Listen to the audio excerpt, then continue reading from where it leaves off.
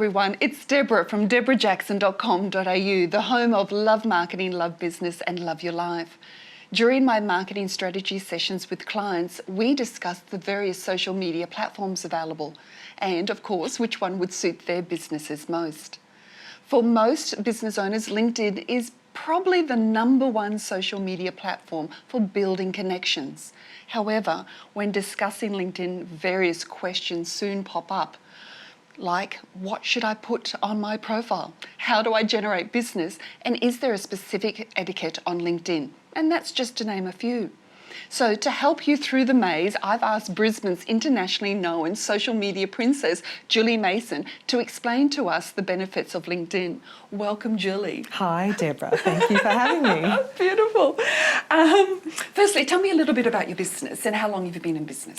Sure. I originally started business 6 years ago, and I originally started in web design and specialising in Facebook app creations. Wow. And it slowly developed into training businesses on social media, because 6 years ago, as you know, it was all very new and people were trying to muddle their way through it.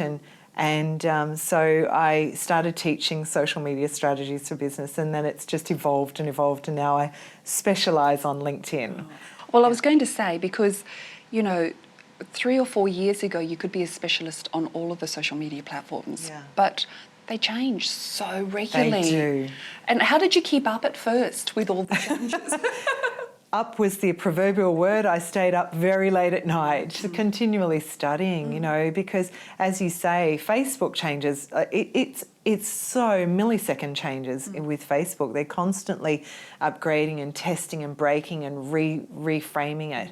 And LinkedIn is starting to do that, but all the social networks, it's just exhausting.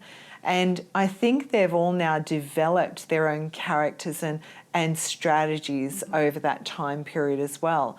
Whereas once upon a time you could post content across all, now it's quite specific for what you do. Really? Yeah. Okay. So what made you then specialise in LinkedIn? It's a great question. The reason I specialised in LinkedIn is because that's where my clients got the best results. Wow. Yeah. All right. In fact, that's backed up by some study done by HubSpot, who did some testing on lead generation against Facebook, Twitter and LinkedIn, and found that lead generation on LinkedIn is 277% more effective than Facebook or Twitter. Wow, well, we should And dive. that's massive. That is massive. So I think we should dive right in. Sounds great. And look at LinkedIn.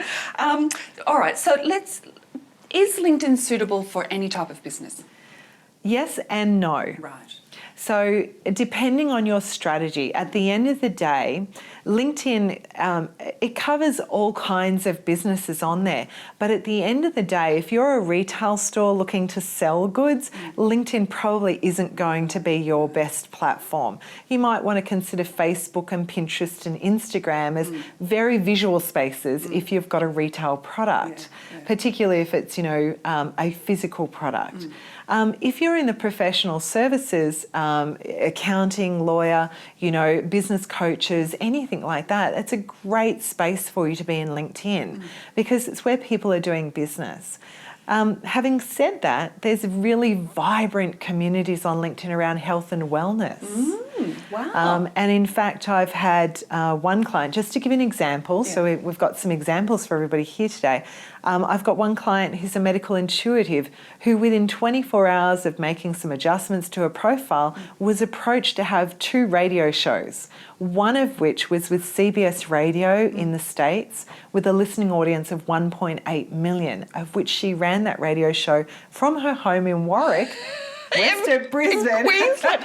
See, guys, You know? anything's possible. Yeah. Exactly. So, you know, I'm always excited when people with different businesses are looking at LinkedIn because there's opportunity there. Absolutely. So what should a business owner put on their profile? Great question.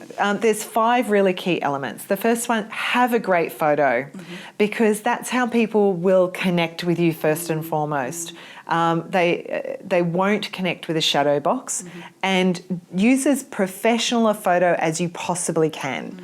because if you're not looking at the camera... Well, you've got to show your best I know, light. exactly. I love that. Best personal branding ever. Shine, You. Yeah. people, shine. Have a great headline, and a headline which comes right under your name on LinkedIn. Don't use your status of what you do in the company, as in director at XYZ Proprietary Limited. It's a waste of space. Put in there how you best help people. Good, yes. Have the value proposition there. Yeah. Make sure that you've fully fleshed out your contact information so that people can reach you. My God, it's simple, but also important. And then have a summary that really... It doesn't talk about you, but it talks about how you help your clients, and ensure at the bottom of the summary you have a call to action. In other words, how do people do business with you? Yeah, indeed. I mean, it does make sense, but I think with a lot of social media, people are still very nervous about it. And so they're going, oh, what do we do? What do we say? And do we blow our own trumpet, so to speak? But it's not that at all. It's really just fine-tuning your resume and telling people out there how you can help them to your best abilities, because everybody has a problem. I mean, Google today wouldn't be making millions of dollars if people didn't have a problem. Exactly. Yeah. So you were telling me a fantastic story before about the lady in Warwick. So you're saying that business can be generated through LinkedIn. Do you have any other stories for us? Absolutely. To give you another out-of-the-box kind of an example, a lovely company down in Melbourne who specialises in scaffolding and formwork. Now that's a bit dry. Right, very dry. So scaffolding and formwork for high-rise buildings, and we help them with a strategy to generate sales leads for their business. And literally within 4 weeks, they generated $66,000 of business. And the general manager rang me and said, what was fascinating about that for him was that it actually generated that on LinkedIn. They didn't have to go and have a site visit. They didn't have a phone call. They closed the business on LinkedIn, that's phenomenal. Yes, yeah. Indeed. So, unbelievable. Yeah.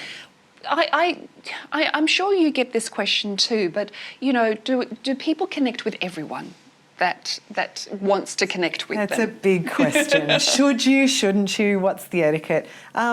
Look, there's unfortunately, and I hate to say it because I love LinkedIn, but there are more spam profiles starting to crop up.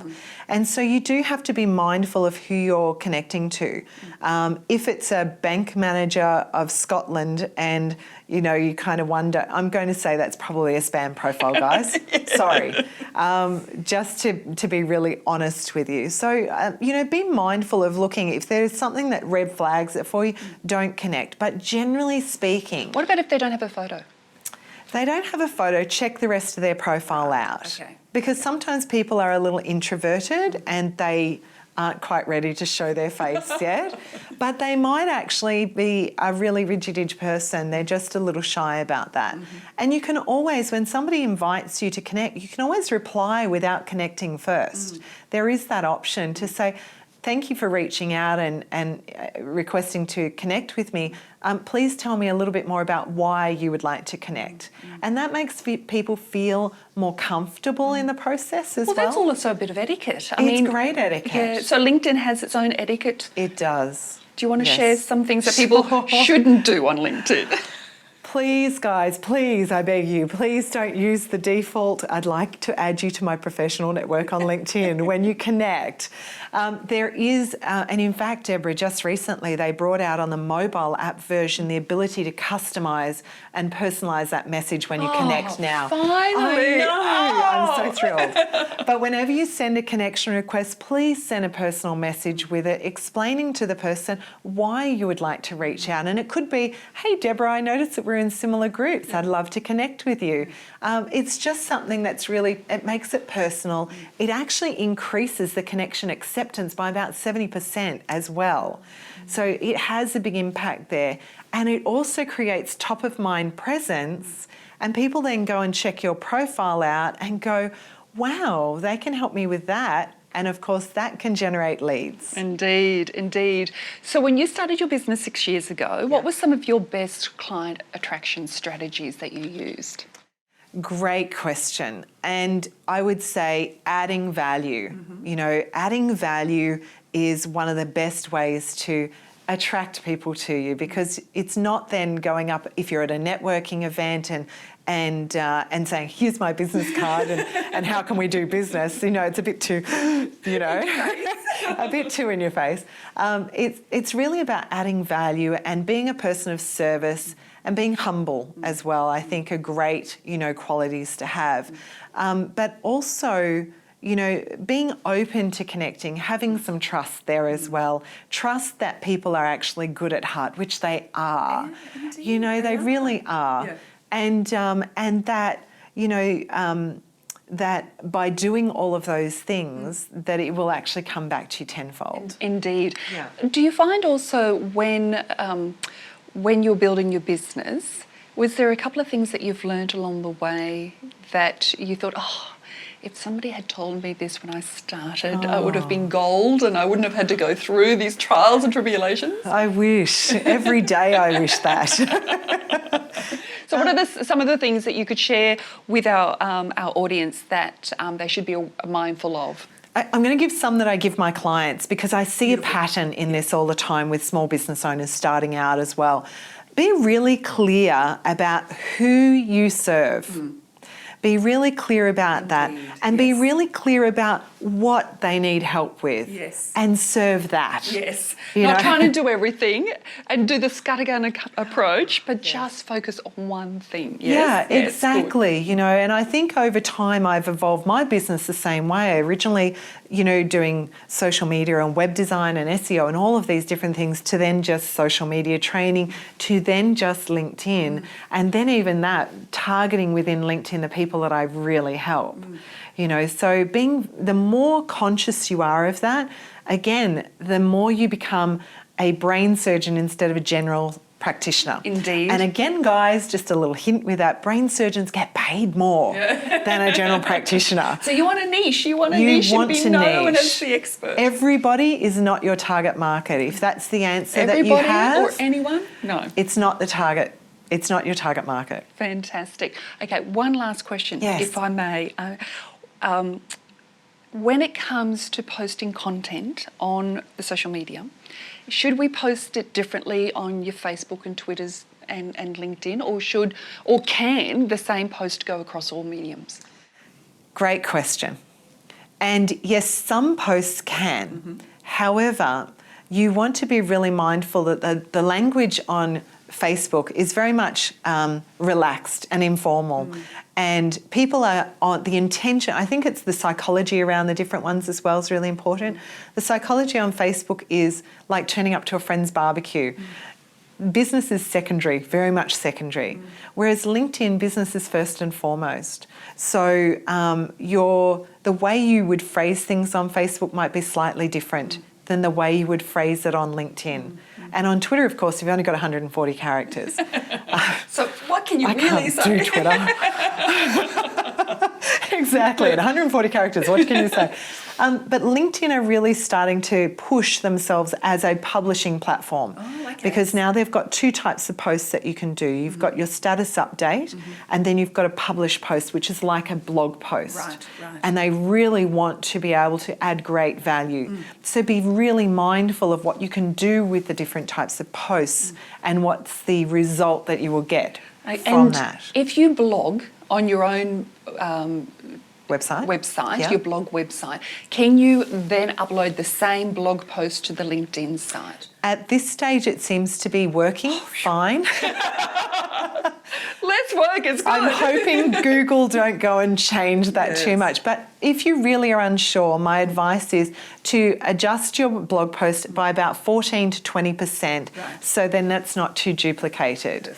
And you should be fine for the Google search engines as well. Oh, terrific. Well, Julie, thank you so much for being with Pleasure. us today. I'm sure the audience has got some fantastic information. I would love to hear from you, so leave a comment now. Also, if you have a burning question or would like to know more information about a subject matter, then send your request in. If you like this video, then please subscribe to the channel, and if you found value, of course, share it with all your friends. If you want even more fantastic marketing information to create the business that you love, then jump over to deborahjackson.com.au and sign up for my email posts. Remember, live the life you want and follow your dreams. And I'll see you next time on Deborah TV. Bye for now.